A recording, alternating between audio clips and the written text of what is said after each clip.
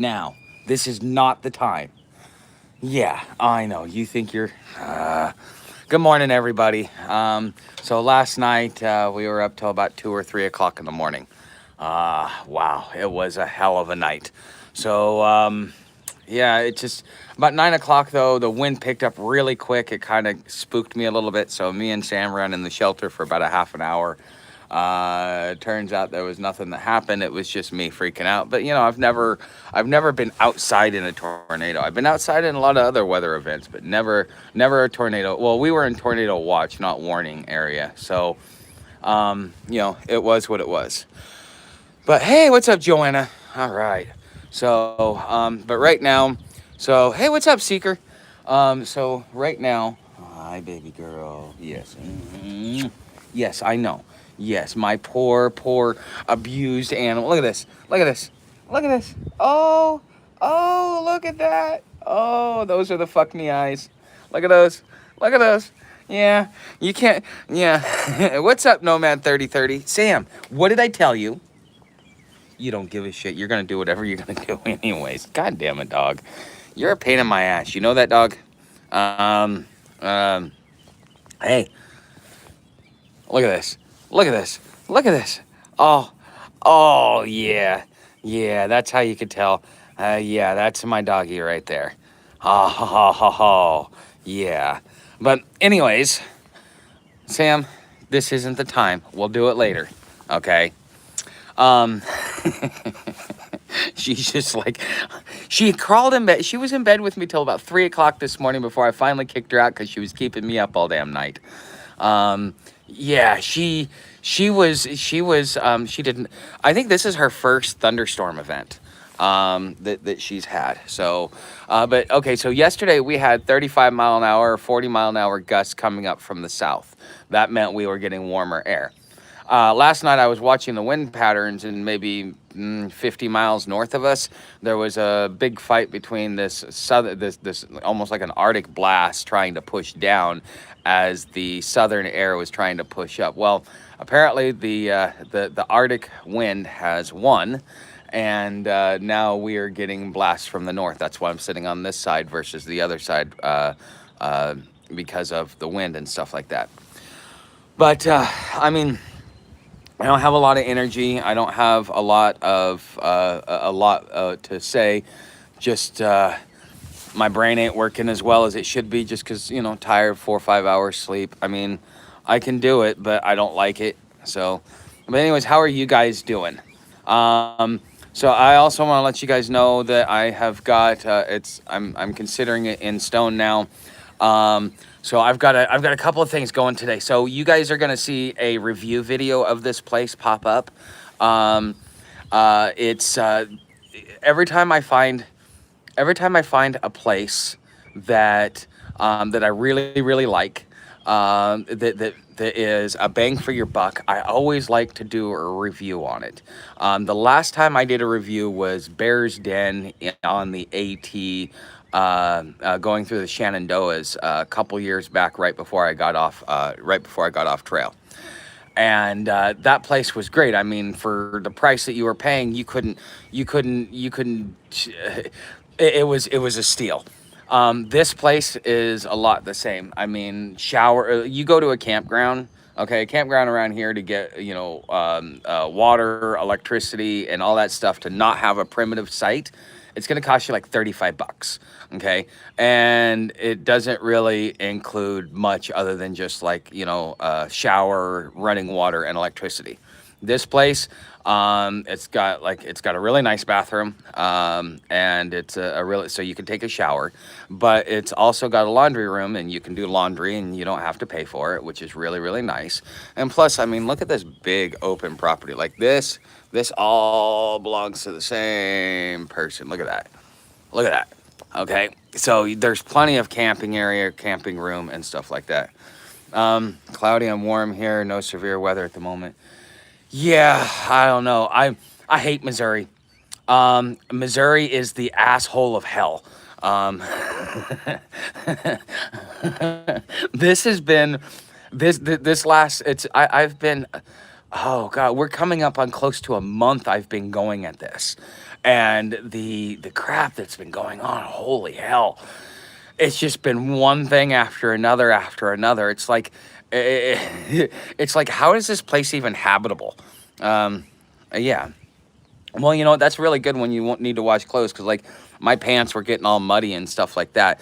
I can also wash Sam's blanket, and I got to wash another piece of clothing today.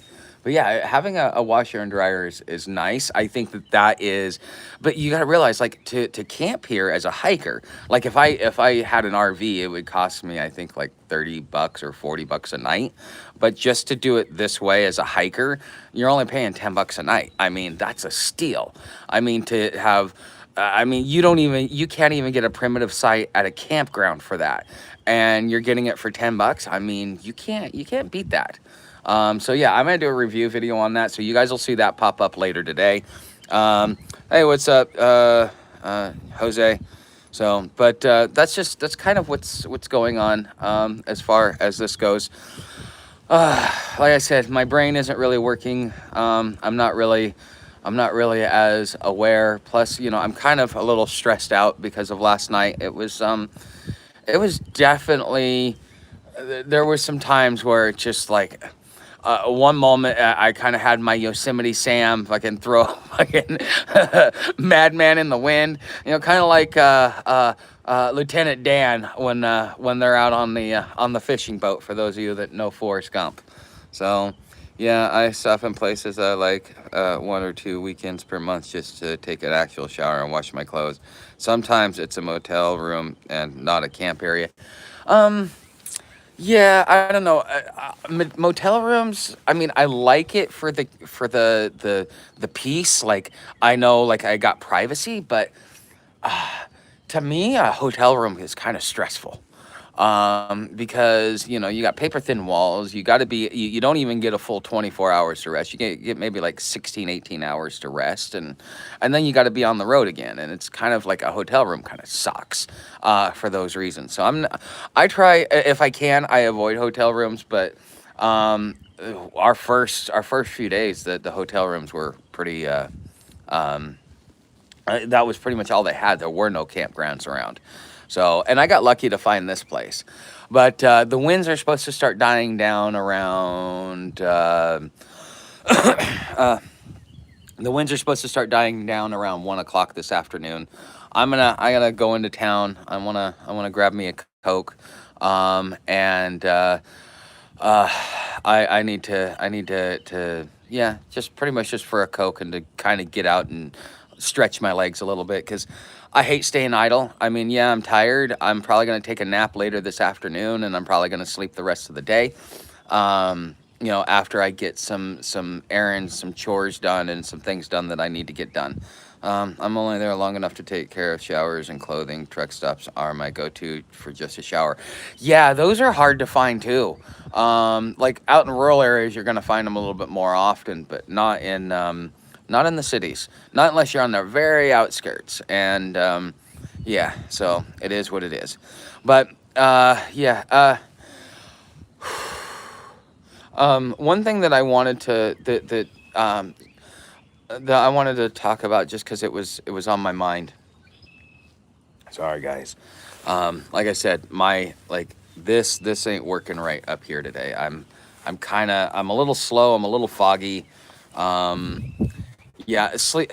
So after my work accident for the first like 3 years or so, I never got more than like 2 hours sleep a night, and 2 hours sleep a night just really, after a while, it just kind of it really wears down your brain and your ability to make coherent decisions. Um, and it took me a lot of years to get to a point where I could get more than 2 hours sleep, and then more than 4 hours sleep, and then be able to need a minimum of 6 hours sleep. And so, like, for me, the average person, they could handle this a lot better than me, for one primary reason is that they hadn't had to do this for such long periods of time, that their body is kind of like, it's got that muscle memory, and kind of like screams at you and goes, no, no, no, no, no, no, you can't do this. So that's part of it. But I'm, one of the things that, because I know that some of you guys have been here for a while, Some of you guys are new here, and some of you guys have been here for years. Okay, because like in a couple months, we're gonna hit my 4-year anniversary on YouTube. I mean, holy shit, I've been doing it this damn long. But I mean, I took almost a year off though, which was kind of nice. I needed the break, and there was also a specific purpose behind it. Um,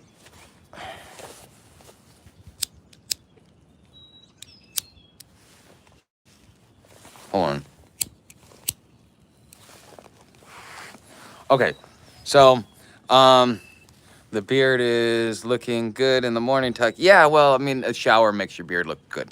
Um, so one of the things that I noticed when I first started my YouTube channel, and something that I really, really like, it's part of what burned me out and made me kind of not want to keep doing YouTube after a while because I just got so tired of it. You know, you can tolerate BS for so long and then you stop. Um, but some of the people that helped me out the most were also the meanest and most cruel, most dickish people that I ever had. Not all of them, but there was a select few, and those select few, I've over the last no year and a half, I've slowly shed them from the channel. Anything from mainly, I just don't allow them to comment anymore. And last night was the last of that old guard. So Matt DeCat, I'm no longer reading your comments anymore, just so you know. Because, you know, it's like, here's the thing.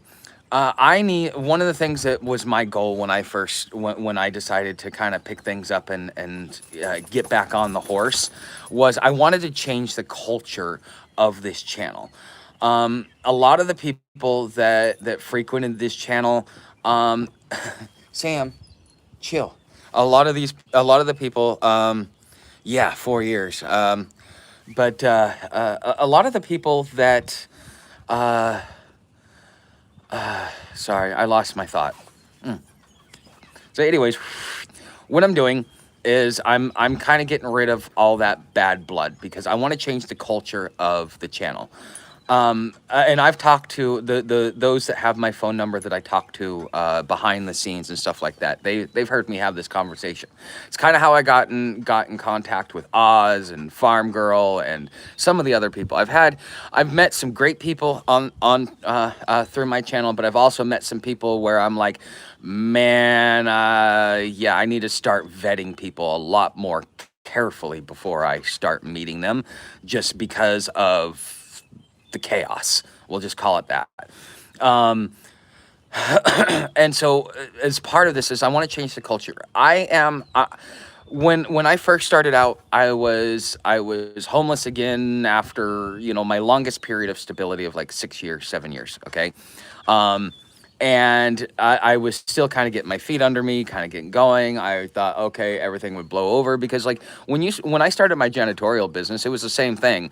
You got the bottom of the barrel in a lot of instances. You got the ones that all the other companies didn't want to do business with, and you start doing business with them, and as you start building your reputation, you start getting better clientele, and then eventually all of those really bad clients, you just shut them off, and you start, you know, putting you can start dictating who your customers are. But it took me a couple of years to get to that point.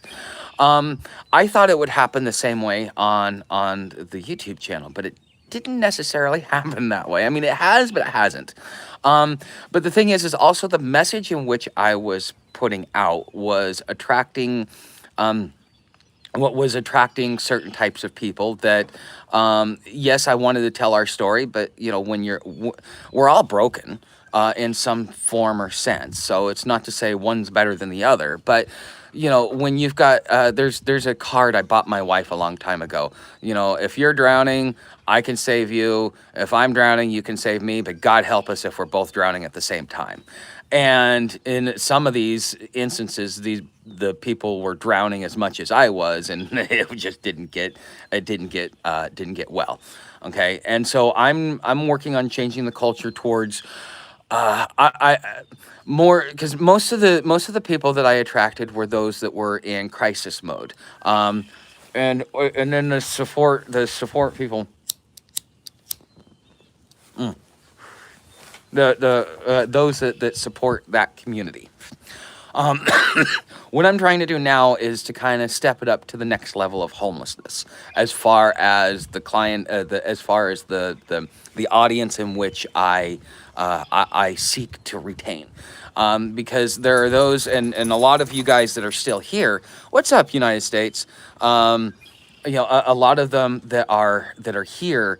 A lot of you that are here are part of that new culture, because you guys, there's a lot of those that have stayed around, or those that are in the nomadic, working homeless van life community. They're not the people that are in crisis mode. The ones that are in crisis mode have been, because I'm not putting a message out there that really attracts those types of people. It's bringing a whole different clientele towards me in so many ways, because and that's really what I want to do, because I see that we have no more than 2 years. Okay, so I'm going to give you guys my overall mission statement, like how I came up with it. Sam, I'm going to give you my overall mission statement, how I came up with it, and where I'm going with it. Okay, and so my mission statement is this. I have ran into too many people that when I've told them, I'm like, dude, I know what it looks like in the backslide to homelessness. You're on the way to becoming homeless. And to have responses like, I'm not a drug addict, I'm not lazy, I want to work, I want all this other stuff. It breaks my heart, because what it's telling me, and then if you also listen to the comments that I've gotten over the years, I mean, the worst comment I ever saw was some guy that was going on a rant about how two homeless people had like a 90-liter backpack. It was like a Coleman or something. It wasn't a high-end backpack. It was just had a 90-liter backpack. And he saw them out there panhandling on a side of a freeway. They were probably train hoppers is what they were. Or they were nomads. But they were out there on the on-ramp panhandling. And he's like, they shouldn't be allowed to have that. I'm going to go and I'm going to take everything they have because they're homeless and they shouldn't have anything. Okay, there is so much misinformation and propaganda out there about the homeless community that all they see is a small sliver of what the homeless community actually is, that they fail to realize that it's much bigger.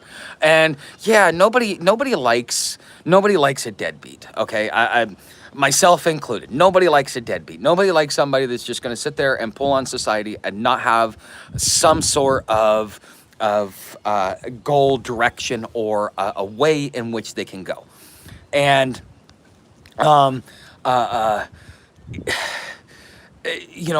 the thing is that's where the frustration's coming from, because every one of these NGOs, with the exception of a few, like Homeless Entrepreneur, but every one of these NGOs, every one of these agencies, every service is geared towards the minority of the homeless community, i.e. those that are in crisis, because there's more of us that are more functional. I mean, not everybody is broken to the point where they're unrecoverable. Some are, and they're going to need a high acuity care for the rest of their life for whatever reason, whether it be drugs, trauma, just the way that society's, gone, whatever. Okay, there's always going to be those people that are going to need continuing care. That's why we have disability and things like that. Okay. But there's so many more people that are working and homeless.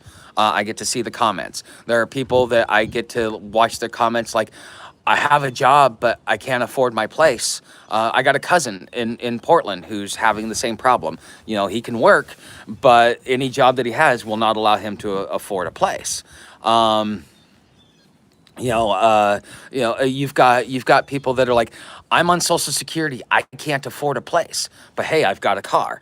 Okay, there's a lot of these people out there, and the Housing First program generally helps those people, which, in a good sense, that's good. But these people are basically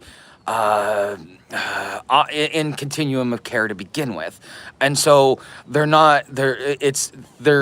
you need to help everybody that you can, but also at the same time you need to choose who and how effective your help is going to be.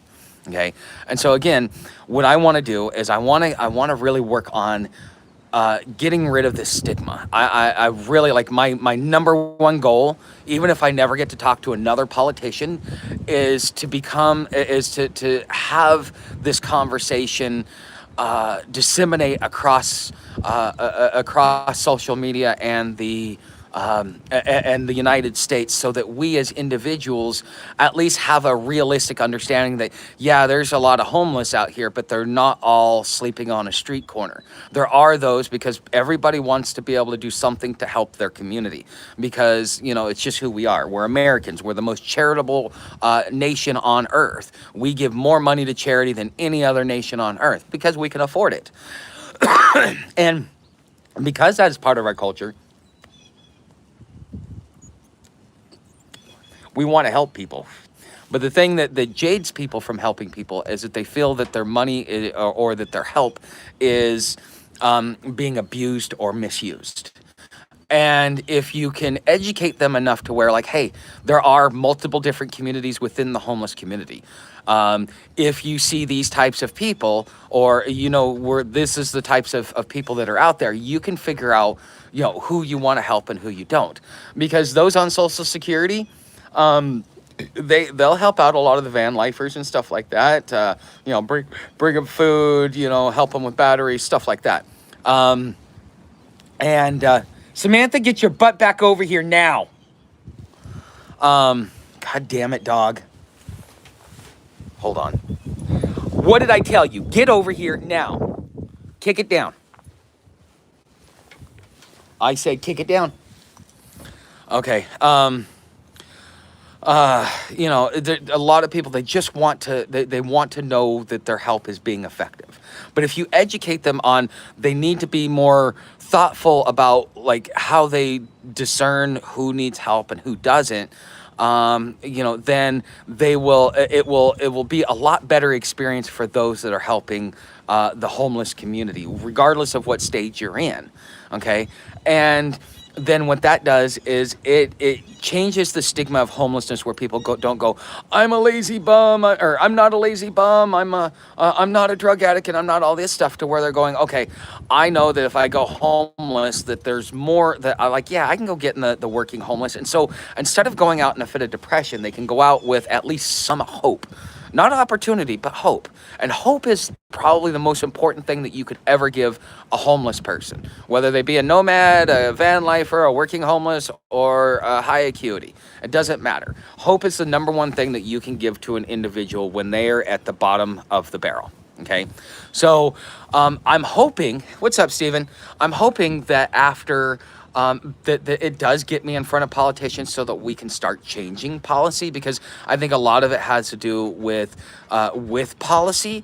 But if we can at least educate people, then that means you have a more informed voter, and a more informed voter is going to make a better decision, and it will have positive changes within the community. And so it's not going to be like an overnight thing. What I'm trying to do is to plant the seed and make sure the tree grows. If I can at least plant the seed and get the tree to grow, then my work is done. That is my number one goal. And so therefore, a lot of the other stuff that I was doing in the early years and stuff like that, that may end up going to the wayside, because this is like, if I only got like 2 years to live anyways, I might as well go out with a bang. I might as well do something that when I look back, I can at least be proud of myself, whether I was successful or not, that I've done everything that I could do in my life to not only make my life better, but to affect society in a positive way, to leave some sort of mark, even if it doesn't last but for a few years. But here, let me go through the comments, and then we're gonna, okay, let's see here. Okay. Said hi. Okay. Okay, yeah, I stopped 2 places sometimes. I'm only, okay. Wasn't for wanting the pleasantries of showers and clean clothes. I would spend more than $100 per month to keep me alive. Thanks, Grandpa. Okay, where are you from? That's awesome. 4 years. Good morning. Okay. I'm super picky about who I interact with in person. When you're a content creator, you don't get that. It's you get some semblance, but once you're in the public eye, it's like being a newscaster. You see your newscaster walking down the street, you're gonna stop, you're gonna say hi, and be like, "Oh my God," you know. Um, it's it's Mrs. Waddell. If you guys, she's the Missouri weather lady, hot as hell, funny as hell too. I can't remember what her first name is. Uh, but anyways, yeah. If you were to see, like I've seen was I think 50 Cent in Hollywood one time. Everyone's like, "Oh my God, it's 50 Cent!" And I'm like, eh, So nothing wrong with panhandling. It's even legal in Kentucky now. Various places can have you removed for trespassing, but not the panhandling. Well, it is a violation. If they stop you from panhandling, it's a violation of your First Amendment right. However, this is how cities are getting out of it. Because I got caught with this in Orlando, and they're starting to do this all across the South, which is if you step 1 foot out into traffic, you are now impeding traffic. So they're not getting you for panhandling, they're getting you for impeding traffic. Kind of like they got Al Capone for tax evasion. Okay, so it is a law designed to go after the homeless, but it's a blanket law. And see, that's the thing that ever since grants passed, that's really what the government's doing. Is like, we're pretending this is for everybody, but we're only gonna narrowly enforce this on specific groups of people, and then we're just gonna say that it applies to everybody.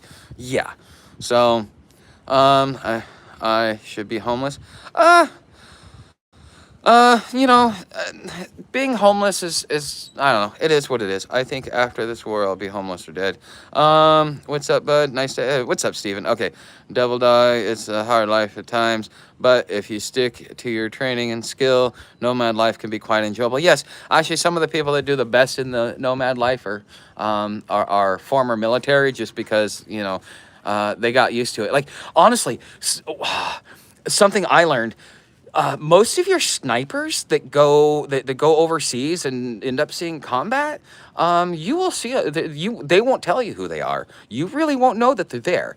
They will introduce themselves to you because their whole job was to remain incognito and blend in and da da da da da. But these people, I've met a few of them, and the most amazing, phenomenal people I've ever met.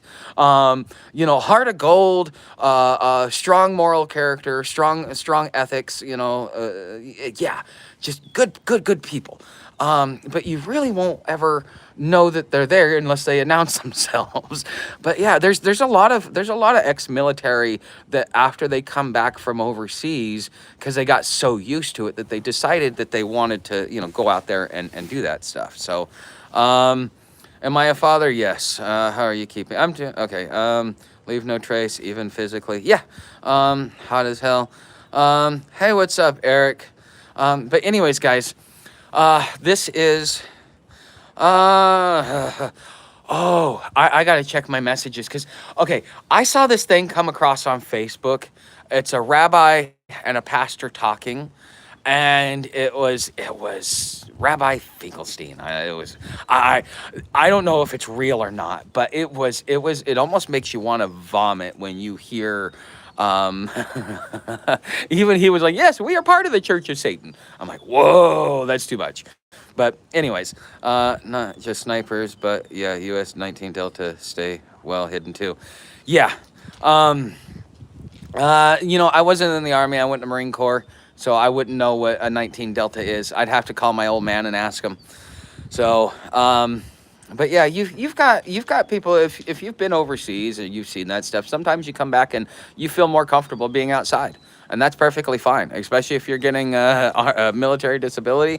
The problem is when you start getting into the drugs, because I've met a lot of homeless vets that they may have started out sober, but after so many years in the shit, then they start picking up habits, and then that $2,600 a month check all of a sudden goes to the dope dealer and the call girls. So yeah. Cav. Oh, okay. Cavalry Scout. Oh, okay. So you're a part of Air Cav. Okay. Are you on a mom? No. I'm just a nomad. Okay. But yeah, I mean, just that is what it is. All right, guys, we're coming up on a half hour. It is freaking cold here. With the wind chill, it's like 25 degrees, and like, yeah, my hands are kind of really cold and stuff like that. I don't have any gloves. I don't need gloves. I generally don't wear gloves because I always end up taking them off because I'm always, getting on my phone and stuff like that. Cav, armored Cav.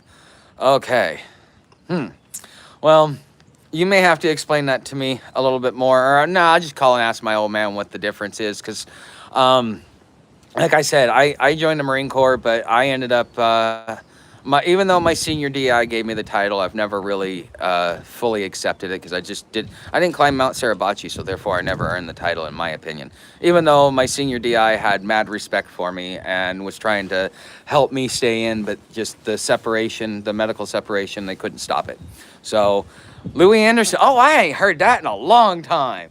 Fuck you, by the way. Louis Anderson, hell no. Kiss my hairy white ass. If you guys have ever seen Coming to America, Louis Anderson is the guy that says, yeah, at first I started out on fries, and then I started off here, and then I went here, and then if you work hard enough, you can move up too. Yeah, no, not Louis Anderson. I believe he also played Chucky. So, yeah. But, anyways, guys, I will see you. I will see you guys. So I've got a ride to Jefferson City, so I should be tomorrow like mid-afternoon, I should be in Jefferson City. I will probably wait until after I get dropped off in Jefferson City before I do a live stream. And we'll start because I'm going to be spending my days doing, hustling around town, trying to get meetings with different agencies and different groups and, get content going. Because for the next 2 weeks, once I'm there, I'm going to be spending at least two weeks there, maybe 3. I need to make sure that I get my food stamps. That's the most important thing because it's going to be very, very hard for me to survive otherwise. So at least I'll be close to food resources. I still have food, my 30-day supply of food. I still got more than half of it. But I still, I want to be able to have that peace of mind knowing that wherever I go, whatever I do, at least I've got food and I can stop in. And because, God, food is expensive. Even for something simple. And when you're in a small town, it's even more expensive. So I've got to get food stamps. It's essential. So that's going to slow me down. And then if things work the way I expect, I may end up taking a bus to either St. Louis or Cincinnati.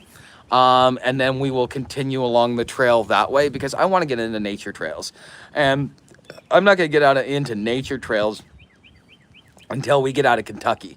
So, and so Seeker, yeah, if you ever get up to, oh God, what's the name? Covington, if you ever get up into Covington, Kentucky, let me know, when I'm going through and, we'll at least shake hands and say hi. So, but, yeah, but that's that. That's kind of what's working. So tomorrow, I won't be doing one in the morning. I'll be doing one in the afternoon. Okay, guys? So thanks for being here, and I will see you tomorrow evening.